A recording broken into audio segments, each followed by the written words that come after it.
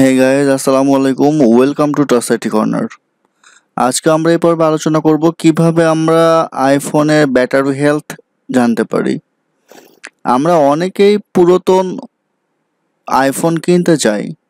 সেক্ষেত্রে একটা পুরাতন আইফোন কেনার ক্ষেত্রে আমাদের সবার আগে যে বিষয়টা মাথায় রাখতে হয় সেটা হলো যে আইফোনের ব্যাটারি হেলথ কীরকম।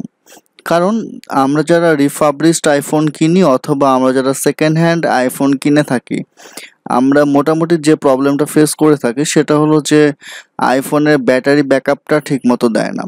আইফোন যারা ইউজ করেন তারা অনেকে এটা ফেস করে থাকবেন, আইফোনের ব্যাটারি ব্যাকআপ অনেক বড় একটা অংশ যদি ঠিকমতো ব্যাটারি ব্যাকআপ না দেয় তাহলে দেখা যায় যে আপনি যে রিফাবলিশড আইফোনটা কিনছেন বা আপনি যে সেকেন্ড হ্যান্ড আইফোনটা কিনছেন সেটা আপনি যেই পারপাসে কিনছেন সেই পারপাসটা অনেক অংশে সার্ভ হচ্ছে না। আবার আমরা যারা আমাদের পছন্দের আইফোনটি অনেক দিন ব্যবহার করছি, কিন্তু অনেক দিন ব্যবহার করার পরে দেখা যাচ্ছে আমরা আমাদের ডিজায়ার্ড ব্যাকআপটা ঠিকমতো পাচ্ছি না। তো সেক্ষেত্রে আমাদের মাঝে মাঝে এটা প্রয়োজন হয় যে আমরা কিভাবে আইফোনের ব্যাটারি হেলথটা চেক করতে পারি।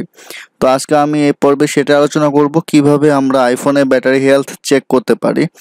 তো আপনি আপনার আইফোনে যদি প্রবেশ করেন তো বিভিন্ন অ্যাপস দেখা যায়। এই অ্যাপসগুলোর মধ্যে আপনারা দেখতে পাবেন সেটিংস বলে একটা অপশন রয়েছে।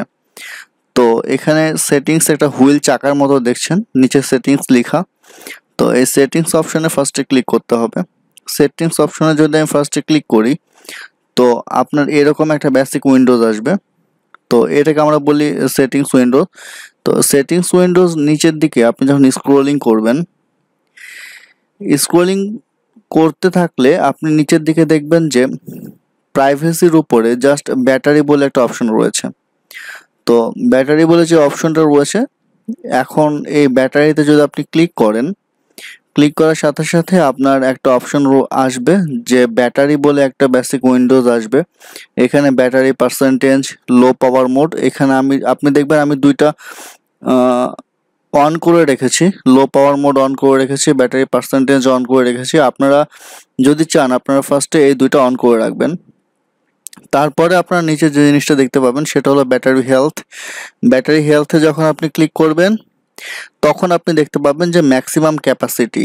আমার আইফোনটা পুরনো হয়ে গিয়েছে, সো আমার ম্যাক্সিমাম ক্যাপাসিটি আগে 100% ছিল, এখন সেটা 84%-এ নেমে এসেছে। সো আপনি যদি কোনো পুরাতন বা কোনো রিফাবলিশড আইফোন কিনতে চান সেক্ষেত্রে অবশ্যই আপনি ম্যাক্সিমাম ক্যাপাসিটি দেখে নেবেন। ম্যাক্সিমাম ক্যাপাসিটি 84 মানে আপনার আইফোনের অবস্থা খুব একটা ভালো না। আপনি ম্যাক্সিমাম ক্যাপাসিটি অবশ্যই 98 বা 100% দেখে নিলে আপনার আইফোনের ব্যাটারি ব্যাকআপ আশা করি অনেকটা ভালো পাবেন। তো এক্ষেত্রে আমি দেখতে পাচ্ছেন যে এখানে ব্যাটারি ব্যাকআপ যেটা ছিল সেটা 84% দেখাচ্ছিল।